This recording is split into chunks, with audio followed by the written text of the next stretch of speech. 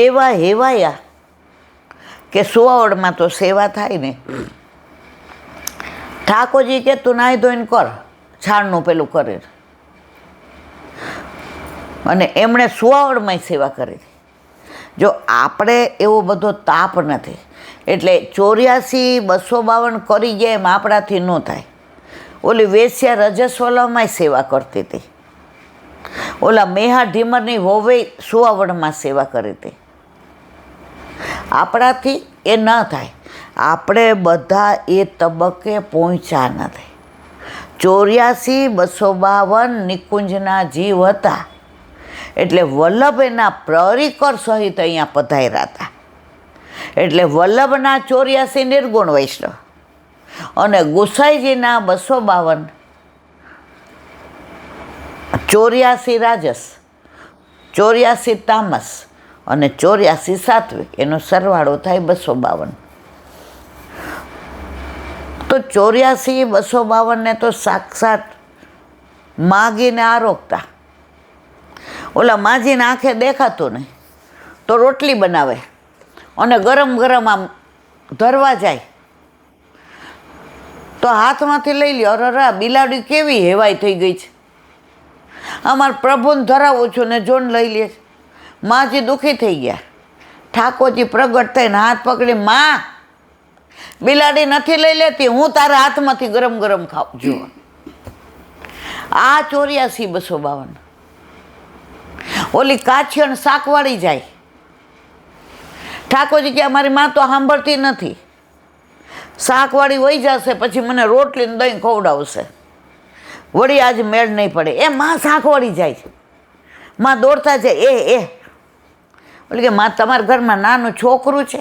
એ કે ગાંડી થઈ છો, હું તો બાળ વિધવા છું, મારા ઘરમાં થોડું હોય. જો પ્રગટ કરે રસ જાય. અરે આવું થયું હોય તો આપણે ગામ આખાને બોલાવી. ઠાકોરજી મને બોલાવી, વાત કરી. ઠાકોરજી કે આને ન જતાવાય.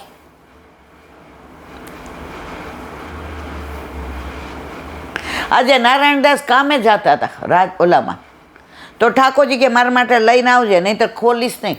અંદરથી અડો લગાવે. આવે એટલે બાવા ખોલો, આવી ગયો. બતાવ શું લઈ આવ્યો છું. બતાવે કે જો આંબા સરસ હતા લઈ આવ્યો, જો સફરજન લઈ આવ્યો તમારા માટે, તો ખોલે ને કે જા પાછો.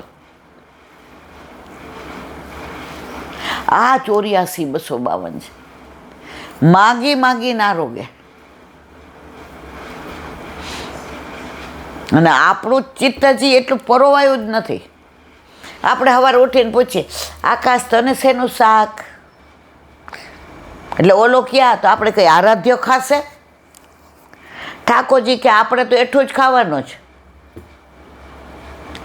ઠાકોરજીને ક્યારેય પૂછ્યું આપણે શેનું? પછી ભગવદીઓ ઘર આવે ને એણે અમને શીખવાયું. શરૂઆતમાં તો સખડી ધરી આવી બધી ખબર ન પડે.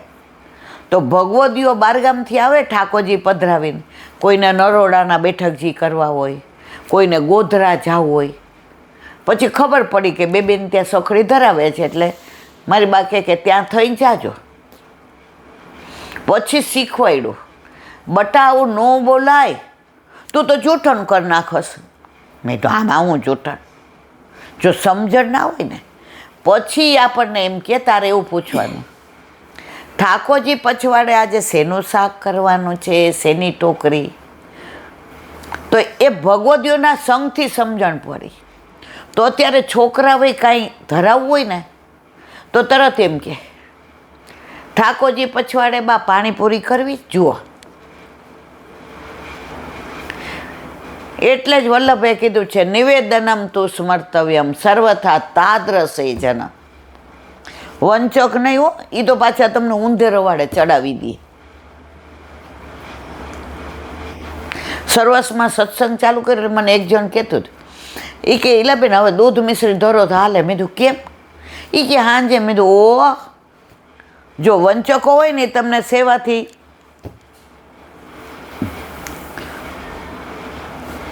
સેવા એને જ કહેવાય જે સવારે ઉઠો ત્યારથી રાતના સૂવો ત્યાં સુધી પ્રભુની સાથે રહ્યો, પ્રભુની પાસે રહ્યો અને પ્રભુને માથે રાખો.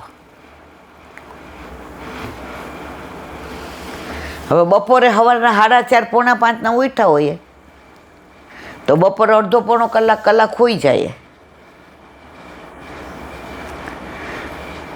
તો એક ભગવતી એને મેં કીધું આ મને તો મને કે એમાં બટા એવું ન હોય. હવે તું કલાક ન હોય તાર શરીર ન હાલે તો તારામાં સ્ફૂર્તિ ન રહે. તો તું સૂવે છે એના માટે ઉઠે તો તને બોલવાની સ્ફૂર્તિ આવે. નહીં તો મને વ્યથા બહુ થાય, સારું 1-1.5 કલાક હોઈ જાય છે. આપણો જીવનનો સૂવાનું તોય પ્રભુ માટે, નાહવાનું તોય પ્રભુ માટે, બ્રશ કરવાનું તોય પ્રભુ માટે, તૈયાર થવાનું તોય પ્રભુ માટે. ક્રિયા એની જ કરીએ છીએ, પણ પ્રભુ ઘરમાં પધાર્યા પછી ભાવ બદલી ગયો, પ્રભુ માટે ન થઈ ગયો. હમણાં એક વૈષ્ણવ કે વરસાદ આવ્યો ને ઈલા પેલો, હવે નાના એટલે મારાથી 1-2 અમે આમ હરખા, તો કે મારા દીકરોને બહુ કે હાલો મમ્મી લોંગ ડ્રાઈવ. અલે ભાઈ જા, માર તો કઈ તારે લોંગ ડ્રાઈવમાં, મારી ઉંમર છે આ 70 વર્ષે લોંગ ડ્રાઈવમાં. એટલે કે મારી હોવે સરસ કીધું એ ઠાકોરજીને ભેગા લઈ લ્યો, 8 આમની સેવા, આપણે બપોર સુધી સખડી ધરાવીને ન એ મમ્મી ઠાકોરજીને ભેગા લઈને. એ કે મનમાં થોડોક હિચકિચાટ થયો ઈલા કે પધરાવું કે કારણ કોઈ દી આવું પણ દીકરા વહુ ને એને 2 દીકરીઓ છે. એ કે ચારે મંડાણ બા ઠાકોરજીના એને વરસાદ બતાવશું, બા એને બહુચાર બતાવશું, બા ઠાકોરજી રાજી રહે. એ કે જો એ સાક્ષાત માને છે તો ચારેય કીધું. એટલે મારી વહુ કીધું તમે ઝાંપી જેમ પધરાવો ને અટકીમાં શ્રમ પડે એટલે સામગ્રી. વહુએ એ કે ઈલા 10 મિનિટમાં પતરીના ભજીયા આટલા અને કેળાના ભજીયા. હવે ચટણી તો જલ્દી થાય નહીં, તો દહીંની અંદર મીઠું મરચું ધાણા જીરું નાખીને ચટણી લઈ લીધી.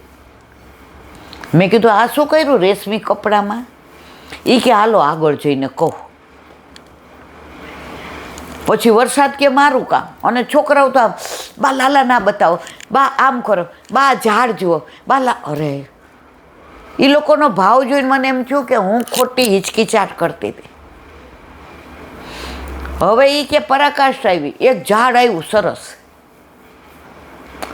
એટલે છોકરાઓ કે બા અહીંયા ઓલા ભજીયા ખવડાવો. હે તો મારો દીકરો કે એ શું કરસ? વહુ કે સાડી લીધી જ ભેગી, આમ કર. એ કે પલળી જાશું. એ કે પ્રભુને કોકવાર 2 છાંટાઈ પડવા દો ને. એ કે ત્યાં ઝાડને નીચે ઠાકોરજીને ભજીયા ને ચટણી દહીંની અરોગ આવી. હજી એમાં રૂવાટા ઊભા થાય છે. એટલે વહુ ને દીકરો થોડાક પલળી ગયા, ઓલી સાડી આમ ટેરો કરીને ઊભા રહ્યા ને, અને અમે આમ આડા ઊભા રહી ગયા. એટલે ઠાકોરજીને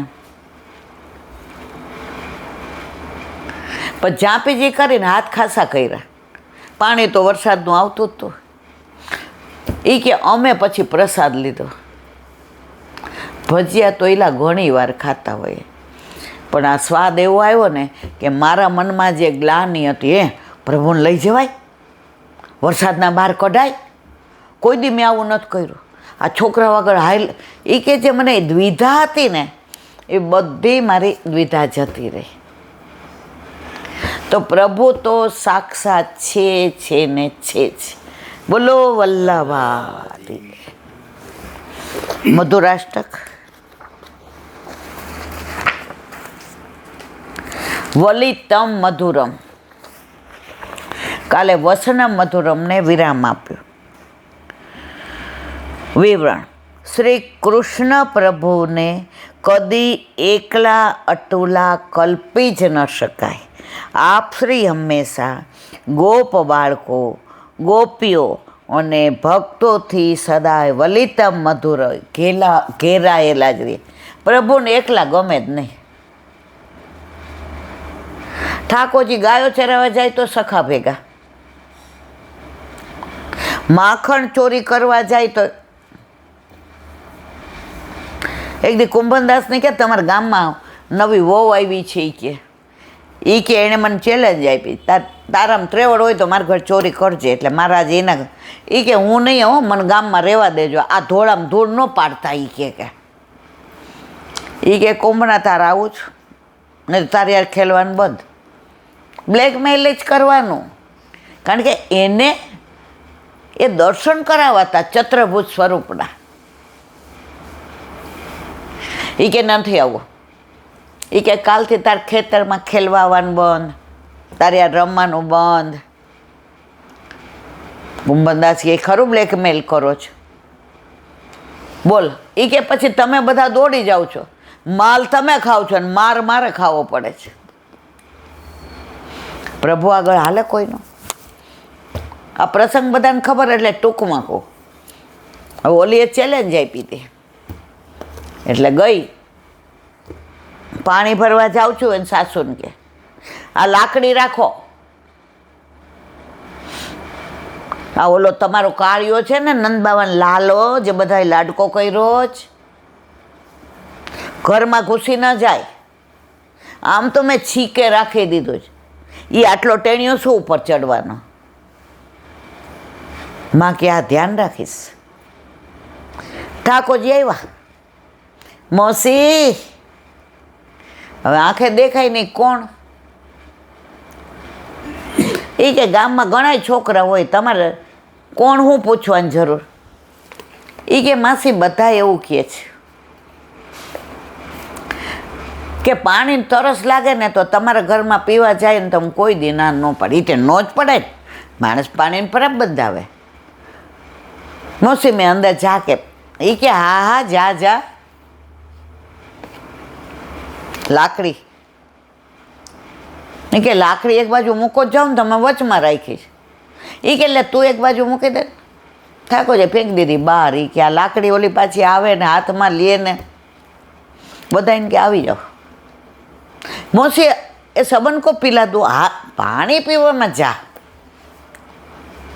જઈને સુગંધ આવી. એ કે હા હવે આટલું મોટું ઊંચે છીકો. ઠાકોરજી નાટા નાટા છીકો.